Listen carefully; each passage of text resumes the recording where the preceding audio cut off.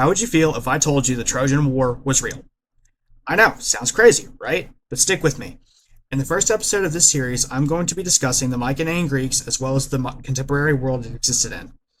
I'm your host, and this is history. In order to understand the historiography of the Trojan War, we must first understand the contemporary world it existed in, i.e., the Bronze Age Mediterranean. And we need to know some of the history associated with it. From what we can tell, what we now know as the Mycenaeans, originally called the Achaeans, Danaans, or Argives, according to Homer, first emerged around 1750 BC, where they either joined or subjugated the natives of the Greek peninsula and developed distinctive cultural identity from places like Egypt and Crete, while still taking heavy inspiration from both. They also developed Linear B as a form of this collision, which is an early form of Greek. Their emergence was marked by aristocratic palace complexes and a large warrior elite.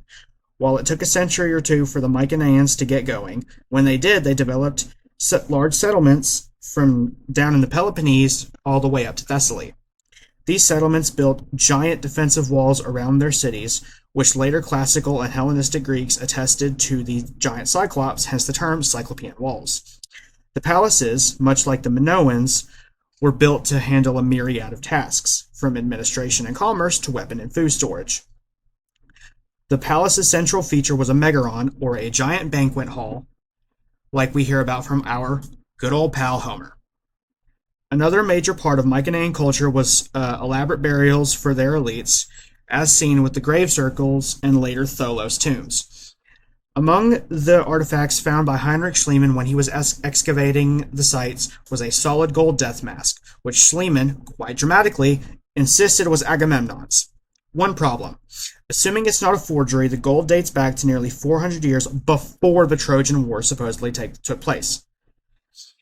In the later Bronze Age, the Mycenaeans began leaving records.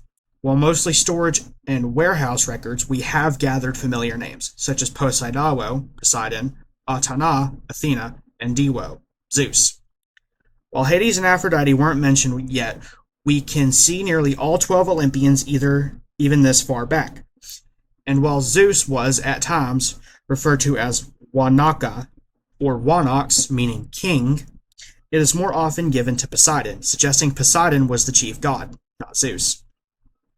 Another name attested in Linear B records was Aki-Ryu, or Achilles, who is mentioned on a tablet found in Pylos in relation to armory supplies, where he is listed as owning 2 horses, 2 sets of armor, and a chariot, suggesting a high military status.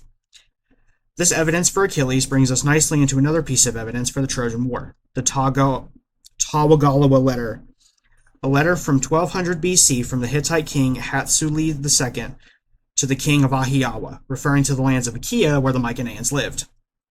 The letter references diplomatic relations between the Hittites, specifically the city of Wilusa, and the Mycenaeans. It also brings up past conflicts between Wilusa and Achaea. To add more fuel to the fire, in 1870, Heinrich Schliemann followed Leeds to Turkey, where he met Mr. Frank Calvert, and an uneasy partnership was born. The men bought a mound, called Hisarlak, and began excavating, and much to both of their surprise and bewilderment, found not one, but 9 distinct layers of urbanary settlement, from the Stone Age down through the Roman Empire. But in his haste to get to the bottom ruins, Schliemann carelessly threw out the artifacts from layers 3 through 9, and dubbed what he found at layer 2 as Priam's treasure.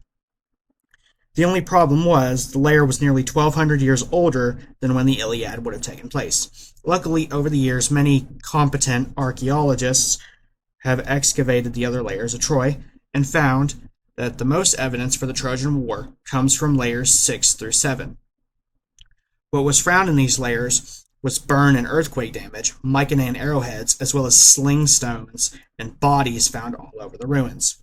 They also found that larger houses were now made to house an influx of refugees, as well as storing supplies to make them last through sieges.